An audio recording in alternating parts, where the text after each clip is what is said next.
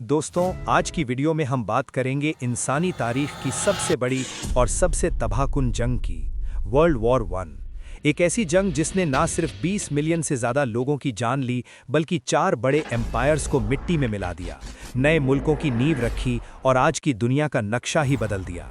लेकिन सबसे बड़ी बात, ये जंग सिर्फ 4 साल चली, मगर इसने आने वाली सदियों को हमेशा के लिए बदल दिया। आज हम इसकी शुरुआत से लेकर पहले साल तक की कहानी सुनाएंगे। सोचो, 28 जून 1914, सारायेवो, बोस्निया। एक बिल्कुल नॉर्मल दिन। ऑस्ट्रिया हंगरी का crown Prince arch Duke France Ferdinand अपनी बीवी सोफी के साथ ओपन कार में बैठा है। वो मिलिट्री इंस्पेक्शन के लिए आए हैं। क्राउड में लोग हाथ हिला रहे हैं। अचानक एक 19 साल का लड़का, गवरीलो प्रिंसिप, गन निकालता है। 2 गोली चलती हैं। एक गोली आर्च ड्यूक के गले में लगती है, दूसरी उसकी बीवी के पेट में। दोनों की मौत हो जाती है। सिर्फ 2 गोली, लेकिन वो 2 गोली पूरी दुनिया को आग लगा देती है। क्यों? क्योंकि ये सिर्फ एक हत्या नहीं थी, ये थी एक चेन रिएक्शन की शुरुआत जो 4 बड़े एम्पायर्स को बर्बाद कर देगी। दोस्तों, वर्ल्ड वॉर वन एक दिन में नहीं शुरू हुई। ये 40-50 साल की टेंशन्स का नतीजा थी। यूरोप 19वीं सदी के आखिर में एक बारूद का ढेर बन चुका था, और इस बारूद के 4 बड़े हिस्से थे: नेशनलिज्म, इंपीरियलिज्म, मिलिटरिज्म और अलायंसेस।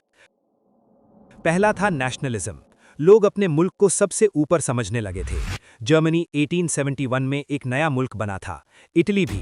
बाल्कन में स्लाव लोग, जो सर्बिया, बोस्निया में रहते थे, ऑस्ट्रिया हंगरी एम्पायर से आज़ादी चाहते थे। रशिया उनका बड़ा सपोर्टर था क्योंकि वो भी स्लाव थे। फ्रांस जर्मन से बदला चाहता था क्योंकि 1870 में उसने एल्सेस लोरेन खो दिया था। दूसरा था इंपीरियलिज्म। हर यूरोपियन मुल्क कॉलोनीज चाहता था, अफ्रीका, एशिया, पैसिफिक में। ब्रिटेन का एम्पायर सबसे बड़ा था। The sun never sets on the British empire. Germany और फ्रांस भी पीछे नहीं थे। मोरक्को क्राइसिस 1905 और 1911 में जर्मनी ने फ्रांस को चैलेंज किया। तीसरा था मिलिटरिज्म, आर्म्स रेस। जर्मनी ने नेवी बनाई ब्रिटेन को चैलेंज करने के लिए। हर मुल्क में आर्मी और वेपन्स बढ़ रहे थे। और सबसे खतरनाक, अलायंसेस। यूरोप 2 ग्रुप्स में बंट गया था: triple alliance, Germany, Austria Hungary, Italy, और ट्रिपल एंटेंट, फ्रांस, रशिया, ब्रिटेन। ये सीक्रेट ट्रीटीज थे, मतलब अगर किसी एक पे अटैक होता तो सारे एलाइज को वॉर में घुसना पड़ता। और फिर आई वो चिंगारी। 28 जून 1914 को आर्च ड्यूक की हत्या के बाद ऑस्ट्रिया हंगरी ने सर्बिया को बहुत सख्त अल्टीमेटम दिया, 10 डिमांड्स। सर्बिया ने 9 मानी, लेकिन ऑस्ट्रिया ने वॉर डिक्लेयर कर दी 28 जुलाई को। रशिया ने सर्बिया के सपोर्ट में मोबिलाइज किया। जर्मनी ने रशिया पे वॉर डिक्लेयर की 1 अगस्त को। फिर फ्रांस रशिया का एलाई था, तो जर्मनी ने फ्रांस पे वॉर डिक्लेयर की। और जर्मनी के श्लीफन प्लान के मुताबिक फ्रांस को हराने के लिए बेल्जियम से गुजरना जरूरी था। बेल्जियम न्यूट्रल था, लेकिन ब्रिटेन ने बेल्जियम की सेफ्टी की गारंटी दी थी। 4 अगस्त को जर्मनी ने बेल्जियम इन्वेड किया और ब्रिटेन भी वॉर में आ गया। सिर्फ 1 हफ्ते में पूरा यूरोप जंग के मैदान में था। अब आता है जर्मनी का मास्टर प्लान, श्लीफन प्लान। आइडिया था बहुत सिंपल। रशिया को मोबिलाइज होने में 6 हफ्ते लगेंगे, इसलिए पहले फ्रांस को 6 हफ्ते में हरा दो। बेल्जियम से गुजरकर पेरिस कैप्चर करो, फ्रांस सरेंडर कर देगा, फिर पूरी आर्मी ईस्ट में रशिया के खिलाफ। लेकिन प्लान में एक बड़ी कमजोरी थी। बेल्जियम की न्यूट्रलिटी वायोलेट करनी थी। ब्रिटेन वॉर में आ गया, और जर्मन कमांडर मोल्टके ने प्लान को थोड़ा चेंज कर दिया। राइट विंग को कम ट्रूप्स दिए, जो सबसे जरूरी था। रिजल्ट, जर्मन आर्मी बेल्जियम से गुजरती हुई फ्रांस में दाखिल हुई, लिएज के फोर्ट्स को तोड़ दिया, ब्रसल्स कैप्चर किया। लेकिन राइट विंग थक गया, सप्लाईज कम हो गए। और फिर सबसे बड़ी गलती, मोल्टके ने कुछ डिविजन्स रशिया के खिलाफ भेज दिए। राइट विंग कमांडर क्लक ने अपना डायरेक्शन चेंज कर दिया, पेरिस के नॉर्थ से गुजरने के बजाय इनवर्ड व्हील किया। इससे जर्मन राइट फ्लैंक खुला रह गया। पेरिस के मिलिट्री गवर्नर गैलियनी ने यह देखा और फ्रेंच कमांडर जॉफ्रे को बोला, अब मौका है। 6 सितंबर 1914 को फर्स्ट बैटल ऑफ मान शुरू हुई। French 6th army, British expeditionary force और फ्रेंच 5th आर्मी ने काउंटर अटैक किया। जर्मन्स को 40-50 माइल्स पीछे धकेल दिया गया। पेरिस बच गया। ये था टर्निंग पॉइंट। फिर दोनों तरफ ने नॉर्थ की तरफ रेस की, रेस टू द सी। हर तरफ फ्लैंक को एनवेलप करने की कोशिश की, लेकिन एंड में ट्रेंच लाइन स्विस बॉर्डर से नॉर्थ सी तक बन गई। 700 किलोमीटर की खतरनाक लाइन। ट्रेंच वॉरफेयर शुरू हो गया। दोस्तों, 1914 के एंड तक फ्रांस ने 3,80,000 लोग खो दिए। जर्मनी ने भी लगभग उतने ही। कोई डिसाइसिव विक्ट्री नहीं। वॉर स्टेलमेट में आ गया। लोगों को एहसास होने लगा कि ये वॉर क्रिसमस तक खत्म नहीं होगी, ये सालों तक चलेगी। और अगले साल से शुरू होने वाली थी असली ट्रेजेडी, गैलीपोली, वेरदान, सॉम, जहां इंसानियत का खून बहाया गया। 1914 खत्म हुआ तो सबको लग रहा था कि वॉर जल्दी खत्म हो जाएगी, लेकिन 1915 और 1916 ने दुनिया को ये एहसास दिला दिया कि ये वॉर नहीं, ये इंसानियत का कत्लेआम है। ये वो 2 साल थे जब यूरोप का हर कोना खून से तर हो गया। 1915 में दोनों तरफ समझ चुके थे कि वेस्टर्न फ्रंट पे डायरेक्ट अटैक से कुछ नहीं होगा। ट्रेंच बैरियर इतना मजबूत था कि मशीन गन्स और आर्टिलरी ने हर अटैक को कत्लेआम बना दिया था। इसलिए एलाइज ने सोचा, एक नया रास्ता ढूंढो। टारगेट बना ऑटोमन एम्पायर, टर्की। अगर डार्डनेल स्ट्रेट्स कैप्चर कर लिए तो कॉन्स्टेंटिनोपल, आज का इस्तांबुल, तक पहुंच सकते हैं, रशिया को डायरेक्ट सपोर्ट दे सकते हैं और सेंट्रल पावर्स को बीच से तोड़ सकते हैं। ये आइडिया था विंस्टन चर्चिल का, फर्स्ट लॉर्ड ऑफ द एडमायरल्टी। फरवरी 1915 में ब्रिटिश और फ्रेंच नेवी ने डार्डनेल्स पे नेवल बम्बार्डमेंट शुरू किया, लेकिन टर्किश माइंस और फोर्ट्स ने बहुत नुकसान किया। फिर अप्रैल 1915 में लैंड ट्रूप्स उतारे गए, ऑस्ट्रेलियन और New Zealand army corps, एनजैक, British, French forces. लेकिन टर्क्स के कमांडर मुस्तफा केमाल, जो बाद में अतातुर्क बने, ने इतनी शानदार डिफेंस की कि एनजैक ट्रूप्स एनजैक कोव पे तो ब्रिज हेड बना सके, लेकिन आगे बढ़ नहीं सके। टर्किश मशीन गन्स और आर्टिलरी ने उन्हें बर्बाद कर दिया। मंथ्स तक वही का वही, स्टेलमेट। कैजुअल्टीज, एलाइज के 2.14 लाख लोग मारे गए या जख्मी हुए, टर्क्स के भी लगभग उतने ही। एंड में दिसंबर 1915 और जनवरी 1916 में सीक्रेटली इवैक्यूएट करना पड़ा। गैलीपोली कैंपेन एक पूरी ट्रेजेडी थी, ना स्ट्रेटेजिक जीत, ना ग्लोरी, सिर्फ बेकार का खून और बर्बादी। वेस्टर्न फ्रंट पे भी 1915 में कुछ बड़ा चेंज नहीं आया। फ्रेंच ने शैम्पेन और आर्टोवा में बड़े अटैक्स किए, ब्रिटिश ने न्यू शेपेल में एक नया एक्सपेरिमेंट किया, शॉर्ट लेकिन बहुत इंटेंस बम्बार्डमेंट के बाद इन्फेंट्री अटैक। थोड़ा सा सक्सेस मिला, लेकिन फिर जर्मन्स ने काउंटर किया। सबसे खतरनाक डेवलपमेंट हुआ अप्रैल 1915 में। जर्मन्स ने पहली बार पॉइजन गैस यूज किया, ईप्र पे। क्लोरीन गैस हवा के साथ आया, सोल्जर्स कफ करते हुए आंखें जलती हुई भागे, केओस फैल गया। लेकिन जर्मन्स ने सक्सेस को एक्सप्लॉइट नहीं कर सके क्योंकि रिजर्व्स नहीं थे। रिजल्ट, सिर्फ थोड़ा ग्राउंड मिला। 1915 के एंड तक एलाइज ने एक बड़े कंबाइंड अटैक में 2.42 लाख लोग खो दिए, सिर्फ छोटा सा एरिया जीता। वॉर बिल्कुल वही का वही था। अब आता है 1916, तारीख के सबसे ज्यादा खूनी साल।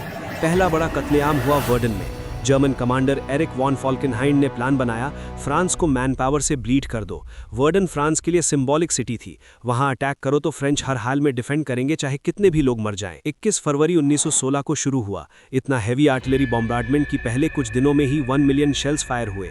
फोर्ट डोआमॉन जर्मन्स ने कैप्चर कर लिया। फ्रेंच कमांडर फिलिप पेटैन ने डिफेंस संभाला। उनका फेमस नारा था, इल्स ने पासरों पा, दे शैल नॉट पास। उन्होंने एक सेक्रेड रोड बनाया सप्लाईज के लिए, लवुआ सैक्रे। मंथ्स तक fighting, hand to hand combat, poison gas, flamethrowers. June तक जर्मन्स बेलविल हाइट्स तक पहुंच गए, लेकिन फिर सॉम ऑफेंसिव की वजह से रुक गए।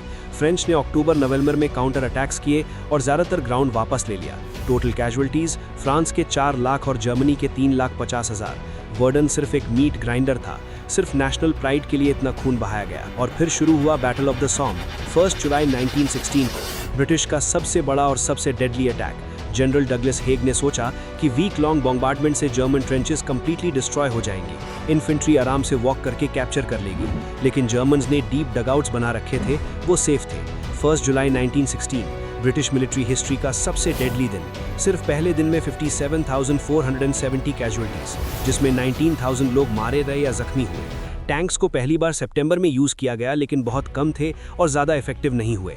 नवंबर तक बैटल खत्म हुआ। ब्रिटिश ने 4.2 लाख लोग खो दिए, फ्रेंच ने 1.95 लाख लोग खो दिए, जर्मन्स ने 6.5 लाख लोग खो दिए। ग्राउंड गेन सिर्फ 6 से 7 माइल्स। सिर्फ इतना फायदा हुआ कि जर्मन रिसोर्सेज वर्डन से डाइवर्ट हुए। वॉर अभी भी स्टेलमेट में था। ईस्टर्न फ्रंट पे भी 1916 में बहुत बड़ा ऑफेंसिव हुआ, Brusilov offensive. Russian general Alexei Brusilov ने जून 1916 में ऑस्ट्रिया हंगरी पे सरप्राइज अटैक किया। Brilliant tactics, infiltration, short bombardments, coordination. 200,000 Austrian prisoners लिए गए, लेकिन रशिया के दूसरे कमांडर्स ने सपोर्ट नहीं किया। रिजल्ट, रशिया ने ग्राउंड गेन किया, लेकिन लगभग 1 मिलियन कैजुअल्टीज हुए।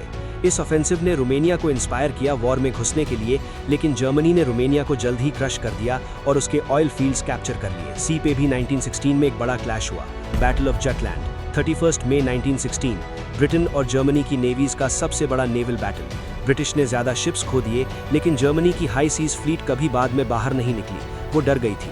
जर्मनी ने अनरिस्ट्रिक्टेड सबमरीन वॉरफेयर बढ़ाने की सोची, लेकिन अमेरिका को प्रवोक करने से डरती थी। दोस्तों 1916 के एंड तक हर तरफ थकान थी।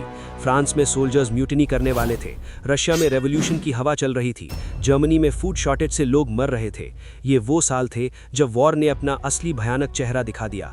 ना कोई ग्लोरी, ना एडवेंचर, सिर्फ एंडलेस सफरिंग, डेथ और बर्बादी। दोस्तों, अब तक हमने देखा कि 1914 से 1916 तक वॉर कैसे बर्बादी का रूप ले चुका था।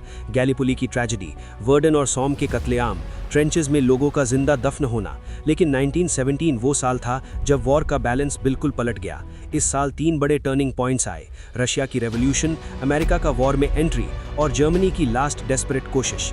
ये वो साल था जब एलाइज को उम्मीद की किरण दिखी और सेंट्रल पावर्स हार के करीब पहुंच गए। सबसे पहले बात करते हैं रशिया की। 1917 की शुरुआत में रशिया बिल्कुल टूट चुका था। वॉर के 3 साल में रशिया ने 7 मिलियन से ज़्यादा कैजुअलिटीज़ फेस किए थे। लोग भूखे मर रहे थे, आर्मी में डिसिप्लिन खत्म हो चुकी थी, सोल्जर्स घर जाना चाहते थे। फरवरी 1917 रशिया के कैलेंडर के मुताबिक मार्च में पेट्रोग्राड, आज का सेंट पीटर्सबर्ग में बड़े प्रोटेस्ट शुरू हुए। ब्रेड राइट्स, सोल्जर्स ने भी म्यूटिनी कर दी और जार निकोलस II के खिलाफ खड़े हो गए। 15 मार्च 1917 को जार ने एब्डिकेट कर दिया। रोमनॉव डायनेस्टी 300 ईयर्स के बाद खत्म हो गई। प्रोविजनल गवर्नमेंट बना, लेकिन ये गवर्नमेंट भी वीक था। सोल्जर्स और वर्कर्स के सोवियट्स, काउंसिल्स असली पावर बन गए। वॉर कंटिन्यू रखने का फैसला किया गया, लेकिन आर्मी बिल्कुल टूट चुकी थी।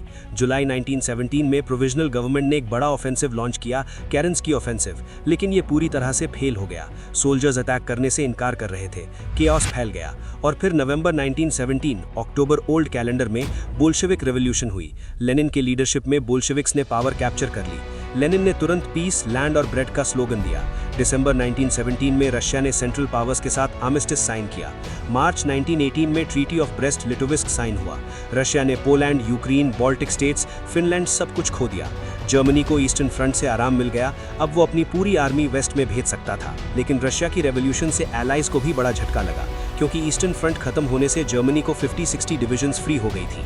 मगर साथ ही एक बड़ी उम्मीद भी आई, अमेरिका 1914 से न्यूट्रल था, लेकिन जर्मनी ने 1917 में अनरिस्ट्रिक्टेड सबमरीन वॉरफेयर शुरू कर दी। यू बोट्स ने अमेरिकन शिप्स भी सिंक करने शुरू कर दिए। सबसे बड़ा इंसिडेंट था लुसिथानिया का 1915 में, लेकिन 1917 में भी कई अमेरिकन शिप्स डूब गए। फिर जिमरमैन टेलीग्राम, जर्मनी ने मेक्सिको को मैसेज भेजा कि अगर अमेरिका वॉर में आया तो मेक्सिको जर्मनी के साथ मिलकर अमेरिका पे अटैक करे और टेक्सास, न्यू मेक्सिको, एरिजोना वापस ले ले। ब्रिटिश इंटेलिजेंस ने ये इंटरसेप्ट कर लिया और अमेरिका को दिखा दिया। पब्लिक आउटरेज हो गया। 6 अप्रैल 1917 को अमेरिका ने जर्मनी के खिलाफ वॉर डिक्लेयर कर दी। अमेरिका की एंट्री गेम चेंजर थी। अमेरिका के पास अनलिमिटेड रिसोर्सेज थे, मैन पावर, मनी, इंडस्ट्री। 1917 में अमेरिकन ट्रूप्स यूरोप आने शुरू हुए। जनरल पर्शिंग ने अमेरिकन एक्सपीडिशनरी फोर्स लीड किया। शुरू में छोटे नंबर्स थे, लेकिन 1918 तक मिलियंस पहुंच गए। अमेरिका ने एलाइज को फाइनेंशियल सपोर्ट भी दिया, लोन्स दिए ताकि वो वॉर कंटिन्यू कर सके। वेस्टर्न फ्रंट पे भी 1917 में फ्रांस में बड़ा म्यूटिनी हो गया।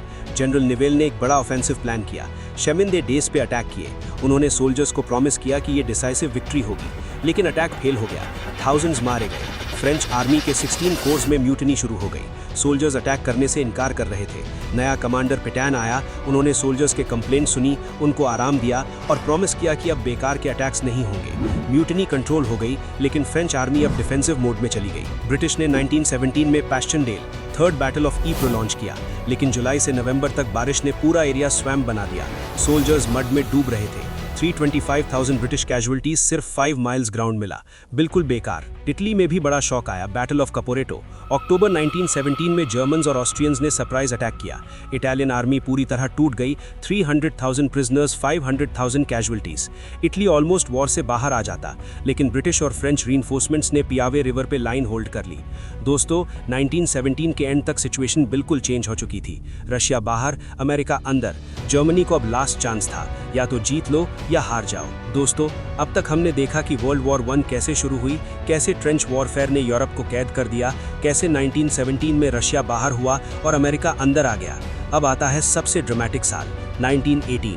ये वो साल था जब जर्मनी ने अपनी पूरी ताकत लगाकर लास्ट डेस्परेट कोशिश की, लेकिन एंड में हार गई। ये वो साल था जब वॉर खत्म हुआ, लेकिन कितने खून के बाद। 1917 के एंड तक जर्मनी की सिचुएशन बहुत खराब थी। रशिया बाहर हो गया था, लेकिन अमेरिका के मिलियंस ट्रूप्स आ रहे थे। जर्मनी के पास सिर्फ एक लास्ट चांस था, स्प्रिंग ऑफेंसिव। जर्मन कमांडर ल्यूडेनडॉर्फ ने प्लान बनाया पहले रशिया से फ्री हुए 50-60 डिविजन्स को वेस्ट में ले आओ और एलाइज के फ्रंट को तोड़ दो अमेरिका के पूरे पहुंचने से पहले। उन्होंने नई टैक्टिक्स यूज की, infiltration, short intense bombardments with gas and smoke, फिर storm troopers elite troops no man's land cross करके वीक पॉइंट्स पे अटैक करें। ये था माइकल ऑफेंसिव। 21 मार्च 1918 को शुरू हुआ। पहले दिन फॉग की वजह से जर्मन्स ने ब्रिटिश फ्रंट को पूरा सरप्राइज किया। ब्रिटिश 5th आर्मी टूट गई। जर्मन्स 40 माइल्स आगे बढ़े, सबसे ज्यादा एडवांस सिंस 1914। लेकिन यहाँ गलती हुई। ल्यूडेनडॉर्फ ने प्लान से हटकर हर सक्सेस को चेस किया, लेकिन सप्लाई लाइंस लंबी हो गई। ब्रिटिश और फ्रेंच ने काउंटर किया, आर्मियंस के पास रोक दिया। अप्रैल में दूसरा अटैक, लाइस ऑफेंसिव, ब्रिटिश को पीछे धकेला, लेकिन फिर रुक गया। मई में ब्लूचर ऑफेंसिव, जर्मन्स ने शेमिन दे डेस क्रॉस किया और मान रिवर तक पहुंच गए। पेरिस के करीब आ गए थे, लेकिन यहाँ भी ओवर एक्सटेंशन हो गई। जर्मन के स्टॉर्म ट्रूपर्स थक गए, रिजर्व्स खत्म हो रहे थे। और फिर आया turning point, second battle of मान, जुलाई 18, 1918। 15 जुलाई को जर्मन्स ने लास्ट बड़ा अटैक किया, लेकिन फ्रेंच ने इलास्टिक डिफेंस यूज की। पहले लाइन वीक छोड़ी, जर्मन्स अंदर आए, फिर काउंटर अटैक। 18 जुलाई को फ्रेंच और अमेरिकन ट्रूप्स ने मैसिव काउंटर स्ट्रोक किया। Tanks, artillery, fresh American divisions, Germans को रिट्रीट करना पड़ा। ये था वो मोमेंट जब इनिशिएटिव बिल्कुल एलाइज के हाथ में आ गया। अब शुरू हुई एलाइज की 100 डेज ऑफेंसिव, अगस्त से नवंबर तक। 8 अगस्त 1918 को battle of Amiens, British 4th army, Australians, Canadians ने 450 टैंक्स के साथ सरप्राइज अटैक किया। जर्मन्स के फ्रंट टूट गया, 21,000 प्रिजनर्स, thousands डेड। ल्यूडेनडॉर्फ ने इस दिन को जर्मन आर्मी का ब्लैकेस्ट डे कहा। उसने एम्परर को बोला, वॉर खत्म करो। फिर सितंबर में हिंडनबर्ग लाइन, जर्मनी की मजबूत डिफेंसिव लाइन पे अटैक्स शुरू हुए। ब्रिटिश, फ्रेंच, अमेरिकन ने एक के बाद एक हैमर ब्लोज दिए। हर अटैक को शॉर्ट रखा, जर्मन्स को रिजर्व्स भेजते रहने पे मजबूर किया। सेंट मिहेल सेलिएंट को अमेरिकन ने इरेज कर दिया। अक्टूबर तक जर्मन्स पीछे ढकेल दिए गए। दोस्तों, जर्मनी में अब रेवोल्यूशन शुरू हो गई। फूड शॉर्टेज, ब्लॉकेड से लोग मर रहे थे। नेवी में म्यूटनी शुरू हुई कील में। सोल्जर्स और वर्कर्स के काउंसिल्स बन गए। नवंबर में काइजर विल्हेम II ने एब्डिकेट कर दिया। नया गवर्नमेंट बना, प्रिंस मैक्स ऑफ बेडन, फिर सोशल डेमोक्रेट्स। जर्मनी ने विल्सन के 14 पॉइंट्स पे आर्मिस्टिस मांगा। 11 नवंबर 1918 5 AM को कॉम्पेन फॉरेस्ट में रेलवे कैरेज में आर्मिस्टिस साइन हुआ। 11 AM पे फायरिंग बंद हुई। वॉर खत्म। जर्मनी को बेल्जियम, फ्रांस, अल्सेस लॉरेन से निकलना पड़ा। राइन के वेस्ट बैंक न्यूट्रलाइज करना पड़ा। बहुत सारे वेपन सरेंडर करने पड़े। ब्लॉकेड कंटिन्यू रहा। दोस्तों, वर्ल्ड वॉर 1 खत्म हुई, लेकिन इसने क्या छोड़ा? 20 million military deaths, 13 million civilian deaths, 4 empires खत्म, German, Austro Hungarian, Ottoman, Russian. नए मुल्क बने, Poland, Czechoslovakia, Yugoslavia. League of Nations बनी, लेकिन वीक थी। और सबसे बड़ी ट्रेजेडी, ट्रीटी ऑफ वर्साई ने जर्मनी पे इतना सख्त सुलह थोपा कि रिजेंटमेंट पैदा हुई, जो बाद में वर्ल्ड वॉर 2 की वजह बनी। ये थी पूरी कहानी। एक छोटी सी हत्या से शुरू हुई और ऐसी तबाही छोड़ी कि आज भी हम उसके असर महसूस करते हैं। अगर ये सीरीज पसंद आई तो लाइक करो, कमेंट में बताओ आपका फेवरेट पार्ट कौन सा था, और सब्सक्राइब कर लो ताकि फ्यूचर हिस्ट्री वीडियोस मिस ना हो। क्योंकि हिस्ट्री सिर्फ पास्ट नहीं, ये हमें बताती है कि पीस कितना नाजुक होता है और हेट्रेड कितनी बड़ी जंग शुरू कर सकता है।